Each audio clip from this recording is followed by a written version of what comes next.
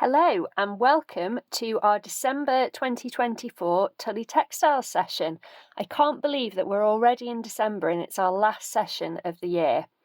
So we've had a look at lots of different techniques this year, and if you fancy looking back on them, if you check the Tullie Textiles playlist on this YouTube channel, you will be able to watch them back and have a go at any that you've missed or any that you want to revisit. For those of you who are new to Tullie Textiles is run by myself. I'm Helen Walsh of Delicate Stitches, and we meet once a month online, and each month I show you a different textile technique or different materials or things like that, and we have a go. So there's the video, which you're watching now, and also a Zoom session. So in the afternoon, normally the second Sunday of the month, we meet via Zoom and have a go at that month's session or technique. So what I thought I would show you for this month's session is beaded blanket stitch. It's one of my favourite stitches. It's really simple to work, but it's also really effective. It's one of those you can use for lots of different things. So because it's December, I've been making some festive, Christmassy kind of themed examples to show you. But you don't have to do festive ones. You can, of course, do any shape you like. So this is from a project with the Embroiderers Guild a number of years ago, and it's a heart, and it was to do with commemorating elements of the First World War. So I chose to think about carrier pigeons and all the important work that they did. So I've got little pigeon feathers. But the reason I'm showing you this is because round the edge, we've got a very delicate beaded blanket stitch. So as always, we're going to start by having a little look at what we're going to need for this. So we don't need a lot of equipment for this, just a few basic tools. We're going to need something to do the blanket stitch on. I'm working with felt, and what I've done is I've got a couple of circles of felt that are pre-embellished. So I've sewn some sequins onto this side and some buttons onto this side, and so I'm going to join them together. You don't have to do this. You can just have a practice on a bit of fabric. I just wanted to do my demonstration and have something to show at the end of it. So something to do your blanket stitch on, two edges to join together.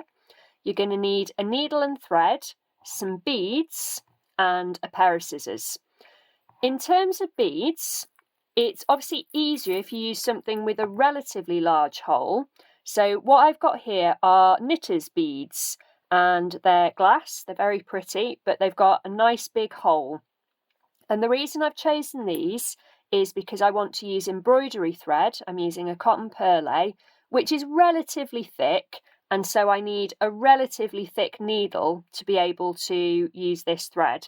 So before you start any sewing, just check that your needle and thread pass easily through the beads that you're using.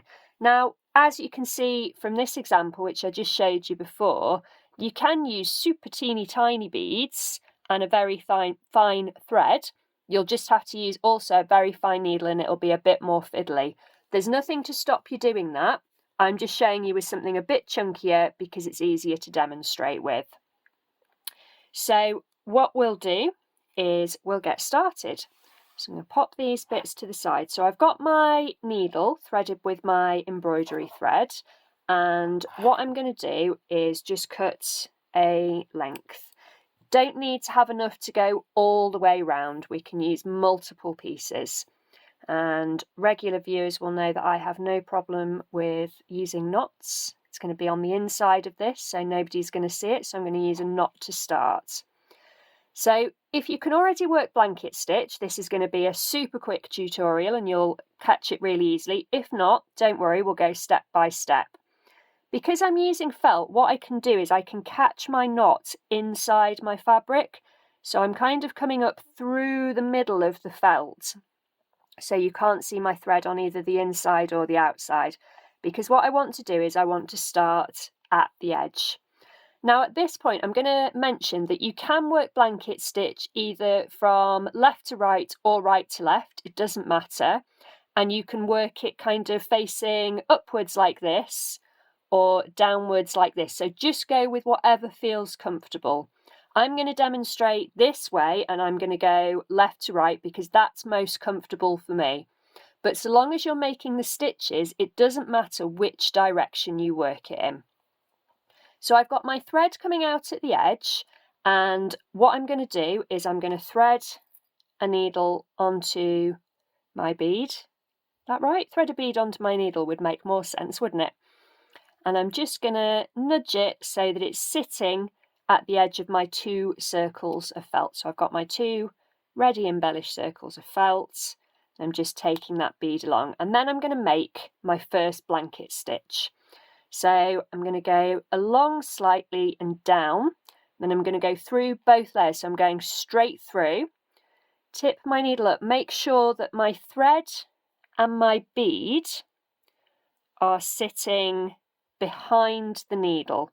So I've gone through both layers of felt, my needle's kind of pointing straight up, and my bead and my thread, so my bead's to the left of my needle and my thread's tucked behind the needle, and I'm going to pull it through.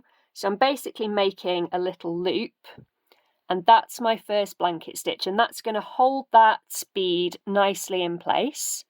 And we're just going to continue. So I'm going to grab another bead, thread that on, take it along so that it's sitting next to my stitch.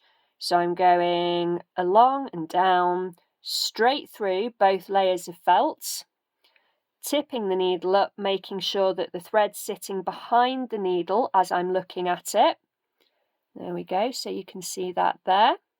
Making sure that my bead's to the left, or if you're working the other way, the other side, and pull it through. So we grab a bead, slide it along next to our fabric, measure across and down, straight through both layers, make sure that the thread's tucked behind the needle and the bead is secured there, bring our thread through, and our next stitch is made. Now, of course, you don't have to do a bead every single stitch. What you could do is you could make a bit of a pattern. So on this one, I've got beads on alternate stitches. So if you don't have enough beads, or you want to alternate beads, so you could have different coloured beads on different stitches, just gives you different effects. It's something just to play around with. So I'm going to make a couple more of these. So we thread our bead onto the needle, move the bead down to the fabric, across, down, through both layers, thread behind the needle, and pull it through. If, like happens here, your bead wants to escape to the other side, before you pull the stitch tight, just tuck it back so that it's on the correct side of the needle, which in this case is the left-hand side, and carry on. So we thread a bead, we take that bead to the edge of the fabric, and we make our blanket stitch. So it's through both layers, out at the edge, thread behind the needle, and we carry on round.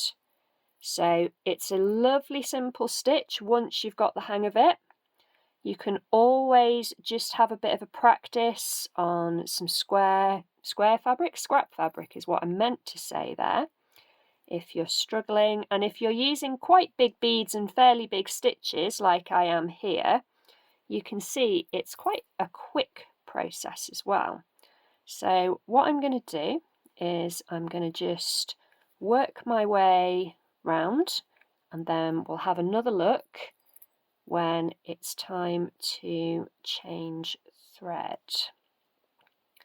because that will be a useful thing to show you. So I'm just threading my beads on, always making sure that that thread goes behind the needle so that it's anchoring that bead where I want it to go. Okay, we'll do one more, like so, making sure that that thread is going behind the needle and that the bead's staying to the side. So when you get towards the end of your thread and you're ready to change, I find the easiest thing to do is just to make a couple of little slip stitches, kind of little overcast stitches, just into the top of the felt. And then again, if you're using felt, what you can do is you can kind of just sort of bury your thread in the middle here. So just take that through and lose it. Make sure that you do pull it through properly though, so you don't get a funny loop on the edge. And that'll just tuck inside, because this is going to be a little bauble. That's absolutely fine. And then we can thread another bit. Again, it's much better to work with multiple short lengths than it is with one really long length, particularly if you're working with embroidery thread, because what you don't want is it getting all ratty and tangled, which it will do if you have a really long piece. So although it's a bit of a faff, have shorter pieces rather than longer pieces. So like I did before, I'm just going to kind of lose the end, and I'm going to come up where I went in. So I'm coming up at the end, the kind of top part of that last blanket stitch just there. Okay, and then I'm just going to carry on as I was doing before, threading the beads on, cross down through both layers, thread behind the needle, and off we go. So I'm going to whiz round almost to the end, and then we'll do a couple of finishing touches.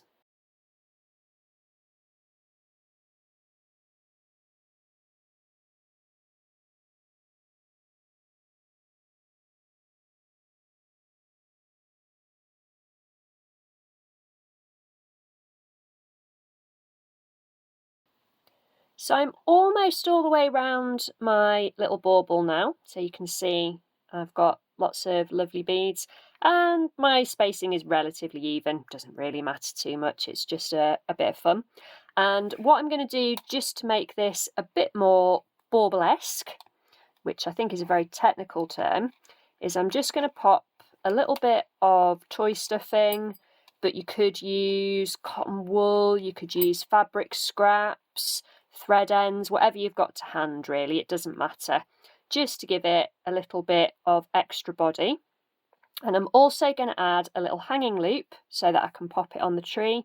So I'm just using a bit of organza ribbon, but the little ribbons that you get in t-shirts or jumpers when you buy them from the shops that are used for hanging, these make great, if you cut them out of your clothes, they make great little hangers for decorations. And you can see that's what I've used on here. That was at one point hanging this attached to a jumper or something, I don't remember exactly. And I'm just going to use a blanket stitch to secure this, so I'm going to carry on as I was. I'm going to thread a bead on, get that to slide down, and what I'm going to do is I'm going to work my blanket stitch through the ribbon, so I'm effectively going through 4 layers. I'm going through 2 layers of felt and the ribbon, and this time instead of just coming straight up, I'm going to go again through the 2 layers of ribbon so that that bead sits nicely on there. And what will happen is I won't have the line across the top on here because it's laying across here, but it'll just mean that that ribbon is certainly secure enough to hold up this bauble, which isn't very heavy. If obviously you'd made something a bit more weighty, then you might need to add another couple of stitches. You could just sew the ribbon in just with a couple of little overcast stitches for extra security as well. That would also work. There we go. So I'm just going to do my last few stitches. So just a quick recap. We start at the edge of the work that we're working on, slide a bead along the thread, in through both layers, out at the edge, thread behind the needle, and at this point you can find you sometimes get a bit caught up on your previous stitches. Just take your time, it's all good. There we go, last stitch.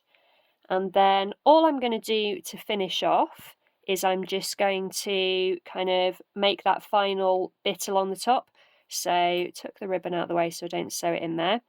Like we did when we were starting a new thread, I'm just going to do a couple of little overcast stitches to secure the thread, because obviously I don't want all my beads sliding off.